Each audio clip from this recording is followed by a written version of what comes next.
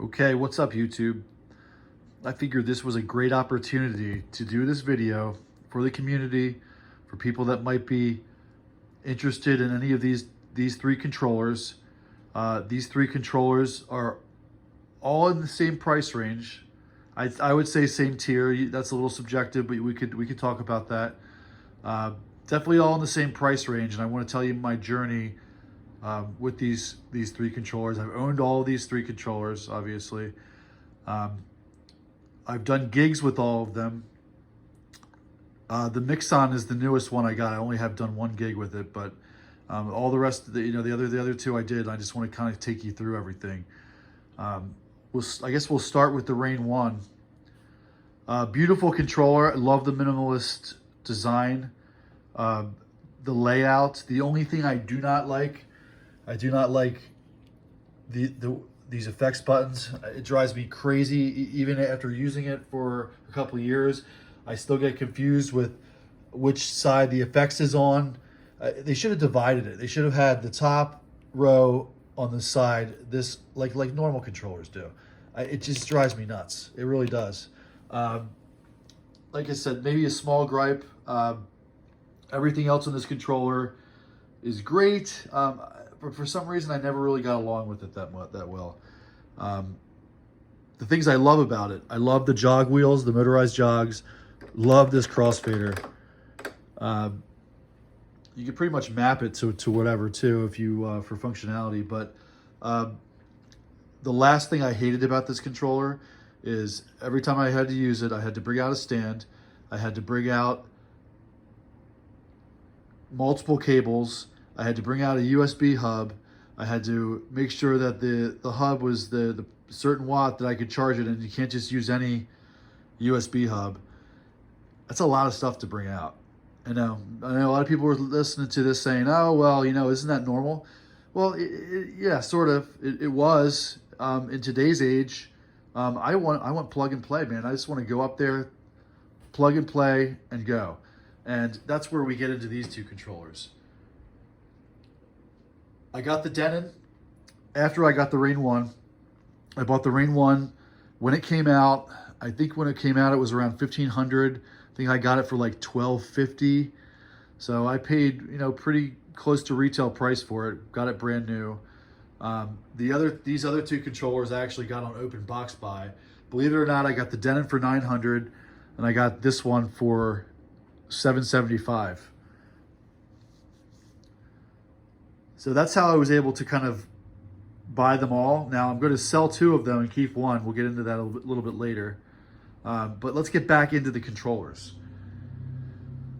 I was kind of sick of all the setup and everything. I wanted something that I could just throw in somewhere. I wanted something where I could just move to a different room and it would kind of be already set up. So that's kind of where the Denon came in. Another controller that I think is beautifully designed, nice layout.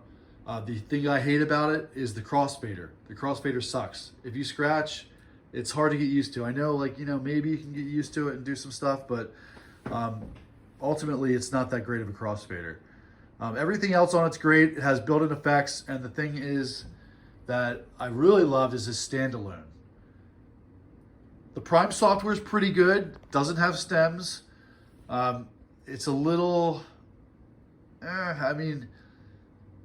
it's just different. It's a different experience. You're on a small 7 or 8 inch screen navigating it. This is for a DJ that has their own library or wants to stream off a title. The thing I loved about it, I love the built-in speakers, believe it or not. They sound pretty good just for practicing. You just plug it in anywhere. I can move this down to my kitchen and play. Great. Now, brings us into the Mixon. The Mixon is the most full-featured out of all of these. It's also the ugliest one, in my opinion. I think the other two are a little bit sleeker of design. But this has the functionality. Everything you need. It does DVS. It does analog. You can plug it in as a standalone. Has 4 channels. I can use multiple software with it. I can use multiple devices with it. You can do that with the Rane One too. It has two USBs, A and B. This one has two, which is assignable to different channels. I can split the middle, split the sides. The crossfader is excellent. Not as good as the Rane, but still excellent.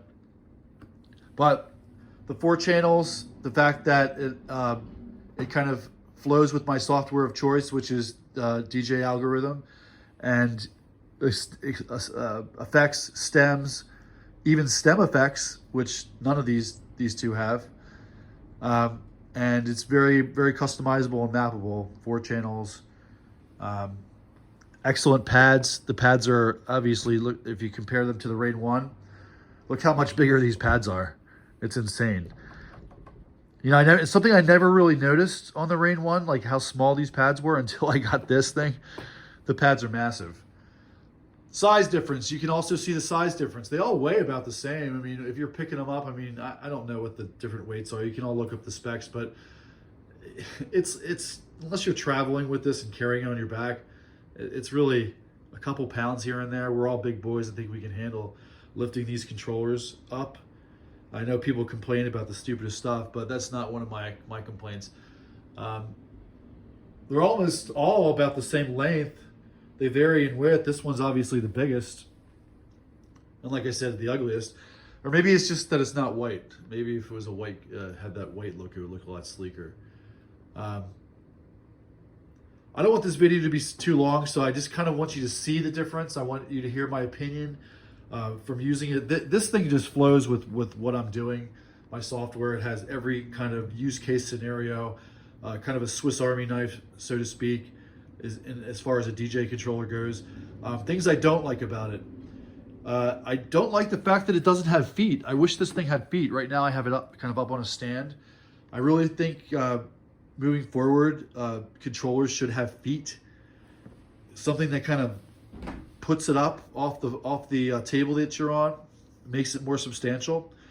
The other thing that's the biggest problem with this is the knobs. Reloop made these knobs super dark. You can't see them unless you're like in a bright room.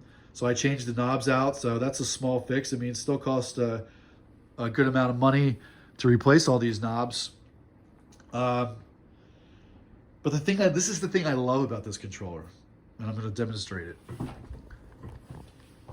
Now when I go to a gig, or wherever I go, if I want to just move it from room to room, all I have to do is get my iPad, or you can do this with a laptop or whatever you use. I'm going to do this with my iPad. And, let me get this in there right. It has a stand. I have an iPad Pro and iPad Mini. This is the iPad Mini. It has its own stand. I don't have to bring out a stand. And I have one cable. One cable. One cable. Boom. Boom.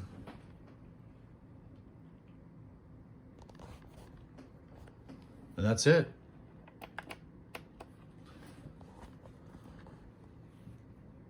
And it's going. And that's all you need to get it rolling. Just one cable. That's huge. And this one cable charges the device. So that kind of makes it more in the territory of this, where everything's there, you just pick it up and go.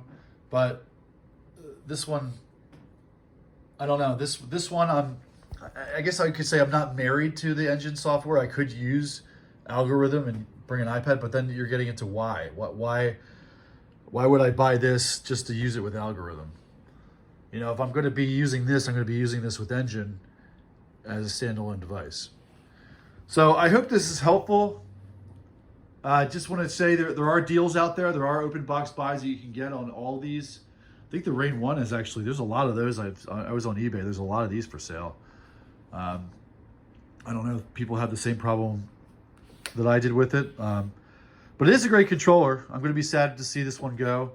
But yeah, I think I'm going to stick with the Reloop Mixon 8. It kind of ticks all the boxes for me, and we'll see where it goes from there. But I hope this is helpful.